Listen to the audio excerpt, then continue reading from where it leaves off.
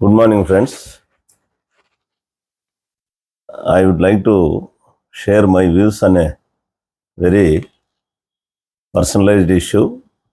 It's not a political issue or a legal issue, as I was used to speak on such subjects. But today, a, an experience has taught me a lesson that every parent or every child is encountering in their family lives. Friends, parents, children, expectations. A gentle reminder from parents' heart. Today morning, I was on morning walk along with friends in the stadium. I saw one senior citizen, an elderly person in 70s, who was walking alongside, wished me, "Good morning, sir," and I reciprocated the same with a smile. Then he asked me to halt. "Jayaraj, sir, I want to ask one question, and you please clarify," he said. Then I told him, "Sir, yes, okay." Then he became a little bit emotional and asked me, "Sir, is parent expectations of their children too much? Why children think so after they grown up and well settled in life? And why do they feel that the parents are becoming burden to them? Don't they understand that what parents expects from them in the old age?" I was a little taken aback for a moment, as it was an unexpected query and subject.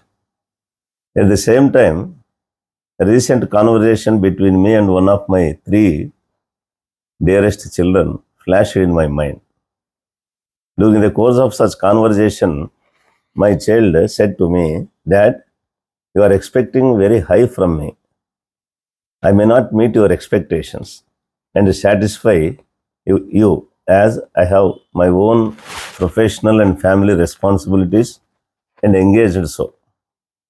So I didn't expect such a sudden posure from one of my three dearest children. Anyway, I was not fortunate enough to have father's love and care in my upbringing. Then I I didn't. In fact, I never wanted my children.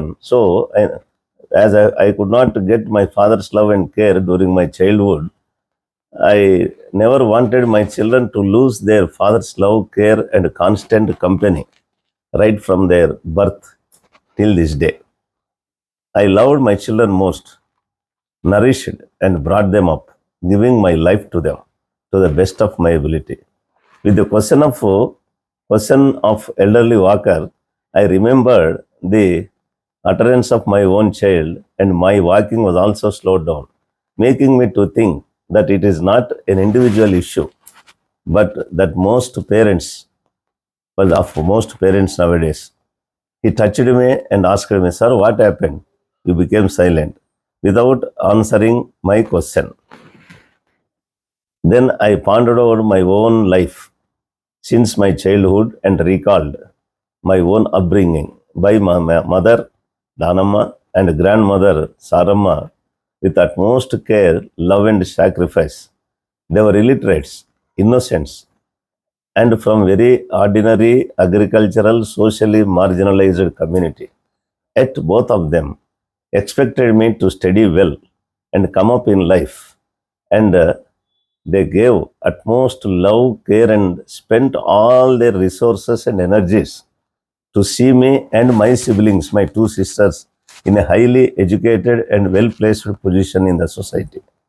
I was often thinking, how can I repay or serve them for their sacrifice during my upbringing when I settled in my life, which was only due to their constant sacrifice. But even before I and my sisters realized their dreams and expectations, they passed away.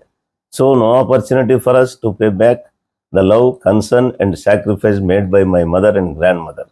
Their sacrifice was without any expectation of repayment, but with sheer love, I understood. So, we also brought up my children in the same manner, expecting them to come up in all aspects of life, socially, educationally, and economically, and make me a happy father. And I have been always with them, and even now, I am with. I have got some sense of fulfillment of my expectations, as all of them came up in life and well settled in their respective lives. And yet, they are my dearest small kids to me even now, though they are in 30s or 35 years. And it is my habit that every day I must see them and talk to them at least once, no matter wherever they are. Then all these things have come into my mind. Then I turned to his question, and a suitable explanative gist of answer formed in my mind while thinking about my own life. After looking back to my own life experience as a son and as a father, the parents' expectations of their children, how they are understood, why the children feel that their parents are expecting too much from them, and if so, what is that too much? My analysis, out of my experience as a son and as a father, about the expectations of parents, particularly after their children grown up and well settled with their own family, profession, or job, and how it should be understood and appreciated. Then I narrated to him. The expectation of parents may be cultural and emotional, may depend upon the changing social dynamics and the family relationships. Feeling of entitlement for love, care, and protection. Some of the parents expect that it is the moral duty of their children to look after them and thereby repaying for the sacrifice made for their upbringing. Some parents may also have expectation of their children supporting them financially, meeting all their needs, resulting in mismatch between the financial pressures, personal aspirations, and family responsibilities of both sides. Some parents expect only emotional help, love, and presence, and occasional help.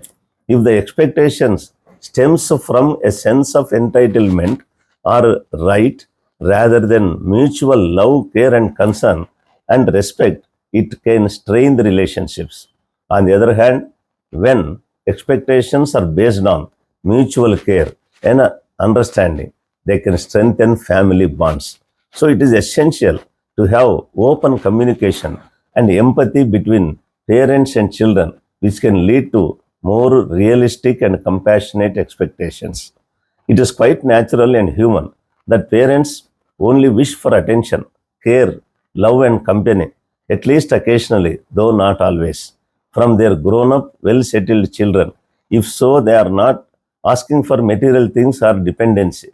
They are only asking for emotional presence and connection. That is the minimum heartfelt expectation rooted in love, and that is most reasonable. Why? Because as they gave a lifetime to their children, their lifetime to their children, staying emotionally connected is a reflection of bond they have nurtured. Staying close to parents in their old age benefits children too, as it often brings wisdom, rootedness, and emotional bonding strength to the next generation. Of course, nowadays life can be busy and demanding, but neglecting emotional bonds is not a desirable progress. And care, love, heartfelt conversation makes families truly human and lively. Then, how parents feel when children say, Dad, don't expect too much from me? Naturally, when child says so, it hurts deeply, and the parents may feel like they have become burden to their children or that their presence is no longer matters to them. After dedicating decades of for raising their children, being told not to expect too much can feel like rejection. That is important.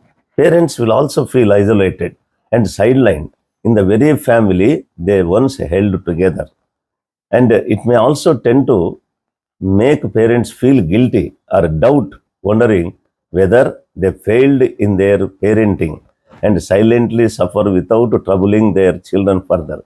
maintaining untold silence, and stop communicating or reaching out often to their children, then what is the better way for both of them, both for parents and children? Parents, don't expect perfection or total time and attention from your children, as you know their condition as well.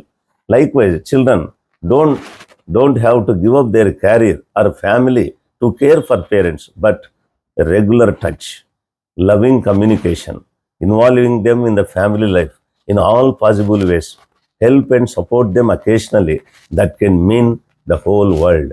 It is not about the quantity of time, but quality and sincerity of your love and care that matters. So, children, don't neglect your parents. Show them that in the life they helped build, there is still a place, a space for them. Because when parents are gone, their love remains with us, but chances to return it does not. As was happened in my case, I could not repay my love and affection to my mother and grandmother, even to my father. When I finished this narration, I saw tears were flowing down from the eyes of that elderly person, and he said, "Sir, that is what exactly happened in our case. I and my wife, who are now in our past 70s, and no son or a daughter have time or space for us even to call on us and inquire about health, inquire about our well-being. All of them used to take care of us when their kids were so small, and we looked after them and we brought them their children too. But once their children are also grown up and they are going to schools and colleges, we are totally left out and uncared." I tried to comfort him, stating that one day or the other, his children will also feel heartfelt agony of their parents and realize their mistakes and reconnect with them, and asked him not to lose heart, but continue to love them as before, as they are our own children, whether they look after us or not, whether they take care of us or not. I saw a ray of hope in his smile, and he looked to live by thanking me for explaining the issue and making his heart light, and the burden removed and relaxed. This is the parent's a gentle reminder from a parent's heart. The agony he felt, I saw in his eyes. So the children, parents always thinking about children, no matter where they are. So it is the time for the grown-up children and well-settled children and both sides to think about the strengthening of the bond of parents and children in their lives, so that the future generation will also learn from you. Thank you very much.